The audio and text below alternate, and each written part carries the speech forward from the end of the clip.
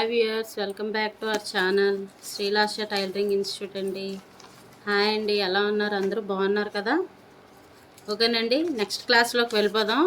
మనం ఫర్దర్ క్లాసెస్లో back part ఎలా కట్ చేయాలి, మెజర్ చేయాలి చూపించాను. ఫ్రంట్ పార్ట్ కటింగ్ మెజర్మెంట్, తర్వాత హ్యాండ్ చెప్పాను.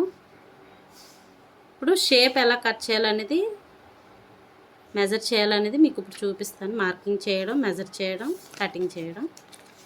ఇలాగా ఒక వేస్ట్ పేపర్ తీసుకోండి. ఒక టూ అయితే సరిపోతుందండి. ఇదిగోండి ఇలా నేను ఇది 2 ఫోల్డింగ్స్ చేశాను.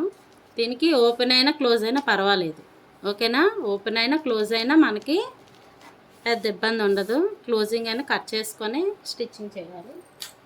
ఓకే వ్యూయర్స్, క్లాస్లోకి వెళ్ళిపోదాం.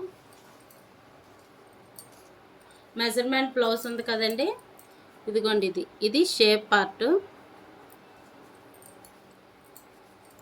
ఇది కూడా హుక్స్ల వైపే తీసుకోవాలండి. ఇది షేప్ పార్ట్ కదా, ఇది కూడా హుక్స్ల వైపే, ఓపెన్ పట్టి వైపే తీసుకోవాలి. హుక్స్లు షేప్ అనేది చూడండి ఎలా కొలుస్తున్నాను. ఇది ఆల్రెడీ ఖర్చుతో ఉంది. ఇదిగోండి ఇక్కడి నుంచి ఈ చివరి వరకు, అంటే హుక్స్ ఎక్కడి వరకు ఉందో అక్కడ వరకు కొలండి. ఎంత ఉంది? 9.5 వచ్చింది. 9.5. షేప్ లూజ్ ఎంత? 9.5. తర్వాత ఇవి 3 మెజర్మెంట్స్ వస్తాయండి. ఇది వస్తుంది. షేప్ 3 మెజర్మెంట్స్ వస్తాయి. అది ఎలా చూపిస్తాను. కింద నుంచి ఖర్చు భాగం అనేది ఎక్కడి వరకు ఉంటుందో అక్కడికి కొలండి. ఎంత ఉందండి? 3 ఇంచెస్ వచ్చింది మనకి, ఓకేనా? షేప్ ఎంత ఉంది? ఫస్ట్ది ఓపెన్ పట్టి సైడ్ది 3 ఇంచెస్. ఇది సెంటరు 1/4. ఇది 3 ఇంచులు, ఇది 1/4. తర్వాత ఈ ఖర్చు దగ్గర కూడా చూడండి, ఇది కూడా 1/4 వచ్చింది. ఇప్పుడు పేపర్ మీద ఎలా మార్కింగ్ చేయాలో చూపిస్తాను.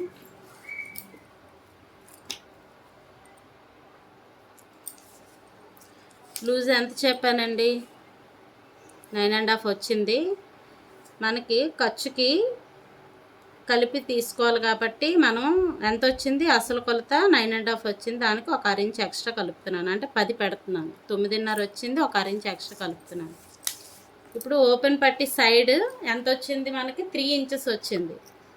3 ఇంచెస్ సెంటర్దేమో 2.45 వచ్చింది. 4 వచ్చింది.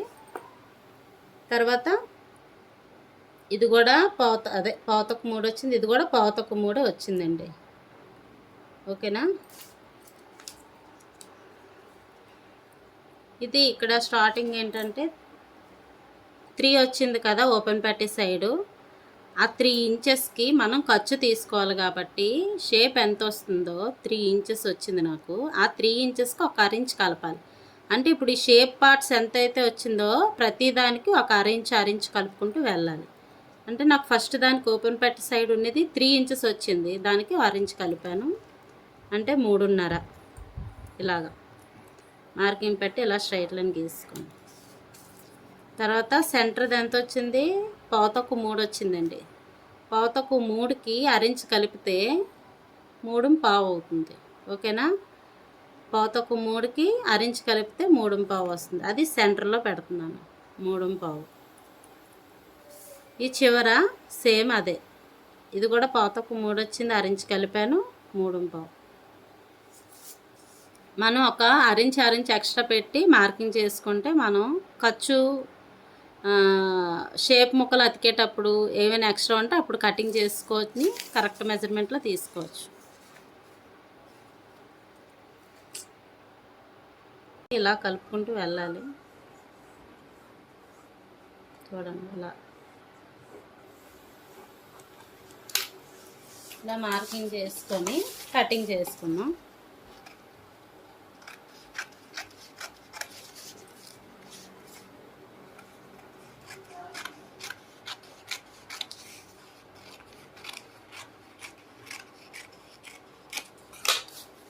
ఓకేనా?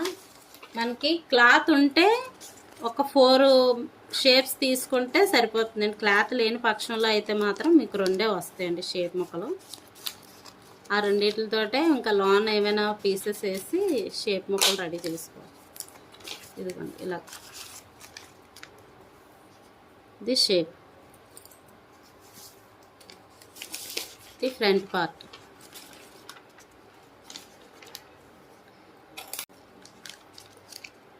మీకు డాట్ ఇక్కడ వస్తుంది కాబట్టి ఈ పార్ట్ అనేది ఇలా వస్తుంది. ఇది ఫ్రంట్ పార్ట్ షేప్ ముక్క. నేను 2.5 మార్కింగ్ చేశాను కదా, ఆ పార్ట్ ఇది. ఒక వ్యూవర్స్, ఇదండి ఈరోజు క్లాసు.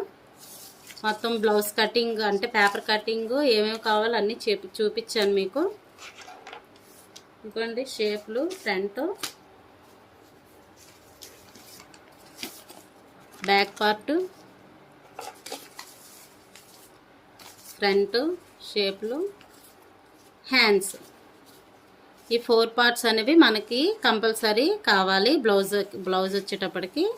దీనికి మెడ ముక్కలు, నడుము ముక్కలు ఏంటంటే బ్లౌజ్ కటింగ్లో మీకు చూపిస్తాను. ఓకేనా వ్యూయర్స్?